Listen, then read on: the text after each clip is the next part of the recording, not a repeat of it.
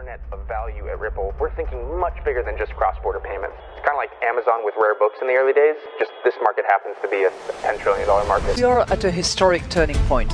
Said in the past that you are doing for money what email did for communication. Moving the whole revolution forward. Take on it. There's trillions of dollars parked around the world. XRP. Is there a possibility that Ripple could take over Swift one day? Well, welcome back, ladies and gentlemen, to another episode of 24 Hours from Crypto. Let's get right in today's video. Is XRP no longer required? Oh my goodness, ladies and gentlemen, a bombshell was dropped over at Twitter by Vet. And he went on to say, if RLUSD, RL Yen, RL Euro, etc. become very liquid pairs on DEX, XRP won't be used as a bridge asset. And people are going crazy. I'm getting DMs left, right, center, wondering what is going on. Is XRP no longer, going to be an important part of the XRP ledger? And in today's video, I am going to completely just manhandle that. I'm just kidding. But I'm going to give you my reasonings why nobody should be worried at all of what he is saying. I'm not saying he's wrong whatsoever. Stick to the very end. You do not want to miss a second of this. This is going to be very valuable. And Vet, if you're watching this, correct me if I'm wrong on any of the aspects and any of my reasonings behind why I think this won't be the case, at least for a very, very long time. And here we go. Buckle up, ladies and gentlemen. No one panic. He also went on to say that XRPL always tries to give you the best rate possible on the DEX. If it's through XRP, then it will do it. If it's direct offers, give you the best rate, it won't force XRP to bridge it.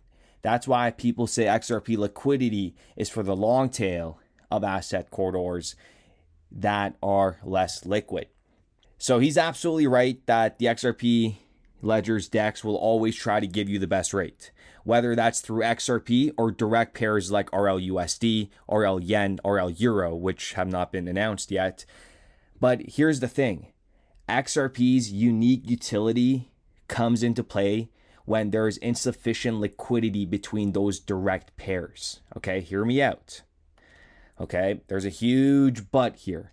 For the system to seamlessly offer the best rate every time, XRP's deep liquidity is necessary, especially when you factor in all the currencies beyond just USD, Yen, and Euro.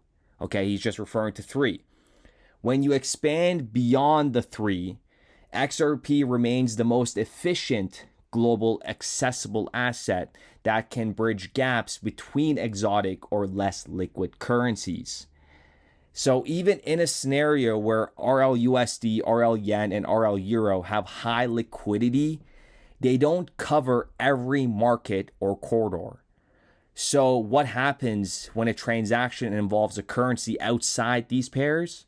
That's where XRP steps in, providing the liquidity and speed needed to bridge the less liquid assets. If you think about the number of different currencies and how much liquidity needs to be available to make those transactions, it becomes less and less efficient because there simply often isn't enough liquidity there. And when I say liquidity, what I mean is depth of the market. It means that if I want to now send 100 Swiss francs, maybe I'll find 100 Swiss francs for for pounds.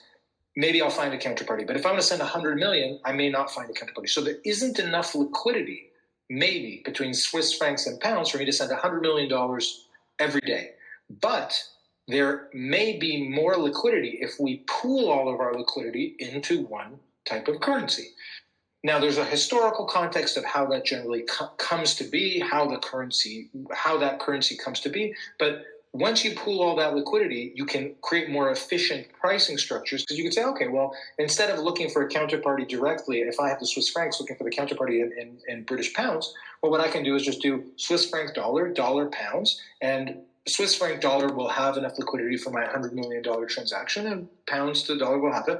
And then that currency becomes the bridge currency. So it's a very practical thing at the end of the day. It's really about liquidity. At the end of the day, it's really about liquidity.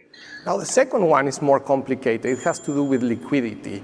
So imagine that you have a pair of currencies for which there is not a complementary demand. You need to go and search for a third-party currency in order to make this settlement actually happen. And this really complicates things. So we need to put pieces of technology that can make more efficiency this use of liquidity so that more transactions can be settled. Have this pre-funding, and instead you can use a digital asset to have global liquidity on demand. The reason they're there, though, is because of the deficiencies of creating sufficient liquidity, or the issues with denominating things in different asset prices because the conversion is so tricky. But if there's technologies that maybe mitigate some of those problems, I think it calls into question the relevance, the future relevance of these bridge currencies. So, I'll give you a hypothetical example. If in the future we have common platforms that are connected across economies that can solve this kind of liquidity issue between currencies, hey, if Swiss franc to pounds will give me a better rate if I do it directly against each other versus going through the dollar or the euro or the yen or any other rich currency, then that's what I'll do. I mean, it's a very, very practical thing at the end of the day. And, this kind of gives you that whole nostro vostro vibes. And let me know what your thoughts are about this perspective. So Vet's viewpoint with highly liquid pairs like RLUSD, RL Yen, and RL Euro starts to sound a lot like the traditional nostro vostro accounts, where large amounts of liquidity are locked up in specific currency corridors, right? While it might work in highly liquid markets, it doesn't solve the inefficiency of tying up liquidity across countless currencies and corridors globally. And I mean, I can't really predict what the future will hold, but my sense is that there will be a more competitive, open, innovative approach to how we move around value. And I think that's kind of that would be really my only observation of the future going forward. So we all know that we're moving towards a world where trillions of dollars in value will flow across markets, and it's inefficient to have each pair individually reach high liquidity. Imagine trying to have a trillions, in liquidity for every possible currency pair on the XRP ledger. It's much more efficient to have one highly liquid asset like XRP to bridge all currencies, which allows XRP and the DEX to tap into its liquidity pool rather than waiting for every currency pair to become liquid on its own. Okay?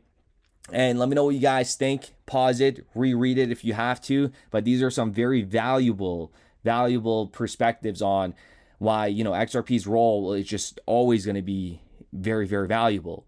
It's like that last mile, you want to say, Some people say XRP is for the long tail of assets and corridors, like Vet said.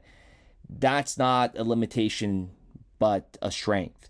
Though, those less liquid markets represent a massive portion of the global economy. Think about the emerging markets and all these niche assets or the new tokenized commodities. XRP becomes indispensable for bridging these assets and corridors where direct liquidity is insufficient or non-existent. That's currently what it is. So even for mainstream currencies like RLUSD, RL Yen, and RL Euro, XRP can still be very useful when liquidity fluctuates or demand surges. It can serve as a backup to ensure transactions happen smoothly and efficiently without waiting for every pair to maintain high liquidity all the time. And remember, you need to prepare for the future liquidity needs. The markets will need trillions in liquidity in the future. And that's exactly the challenge that XRP solves. Instead of requiring trillions locked up in separate pools for every currency pair, which takes us back to the whole nostro vostro system, XRP allows for a single, universally liquid asset that can facilitate transfers across all currencies. You still need to get RLUSD, RL Yen, RL Euro to that level of liquidity. And that's a monumental task. In contrast, XRP is already being positioned as that highly liquid bridge asset within the DEX, capable of handling trillions in future flows. Okay, that's very important for you guys to understand. And XRP's role is already future proof. In a global financial system that's increasingly interconnected and moving trillions of dollars, it makes far more sense to use one highly liquid asset within the DEX like XRP rather than hoping that every currency pair reaches sufficient liquidity. Think about that for a minute, right? Like, you want every single currency pair to reach a sufficient liquidity when you could, have rather one asset that could help you scale and reach all these corridors. XRP is the most liquid, globally neutral asset that can scale with the future financial infrastructure, providing efficiency, flexibility, and speed in ways that individual stablecoins or fiat pairs can't. And time will only tell, okay? So what Vet is saying, what I'm saying, what everybody is saying, all these industry players, remember BlackRock saying Bitcoin was a scam, and now they're saying Bitcoin is good, everybody should buy it. Like, time will tell, and 99% of the times we have been right. But while RLUSD, RL Yen, and RL Euro and other stablecoins may grow in liquidity, remember, XRP's role as a bridge asset remains crucial. No doubt. It's not just for the long tail of assets, but for ensuring seamless transfers in a global economy where liquidity varies by currency and market. It's not about forcing XRP into the mix. It's about recognizing that XRP's liquidity within its DEX and efficiency will naturally make it the preferred asset for the bridging the most corridors, especially in the trillions of transactions to come. So with that being said, ladies and gentlemen, let me know what you guys think in the comments down below. Definitely a little bit of a different video in terms of just pure facts and education. And you guys saw little mini clips in between. They're on the same line. They're all trying to figure this out, and we're all learning as we go. So with that being said, let me know what you guys think in the comments down below. Let me know what you guys think of Vet's tweet. I only made this video because I got a lot of Instagram DMs, Twitter DMs about what I thought about this, and I thought it was a pretty cool take on him to post that. And yeah, that if you watch this, let me know what you think, and let me know what everybody else thinks about XRP's role in the future within the DEX. In my opinion, there's nothing to be worried about. I gave you my reasonings. Rewatch the video if needed, and tell me why I'm wrong if I am in the comments down below. So with that being said, we will be back with another video. And I think that's one of the often overlooked elements of this, is having that liquidity in place is really critical to making sure those models function. Building RippleNet with the thesis that crypto liquidity would eventually be able to support robust global payments, large payments. RippleNet was designed so that customers seeing the benefits of our fiat-based network could flip the switch to ODL once the market was mature enough. And this is exactly what's happening.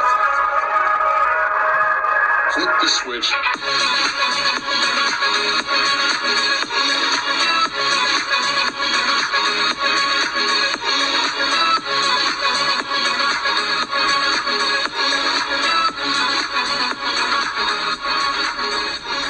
I think what we're building has, it's solving a real problem. And I think all of the tokens, my advice to anybody would be, understand the utility. If there's real utility and there's real value being delivered to a real customer, there will be value in the token.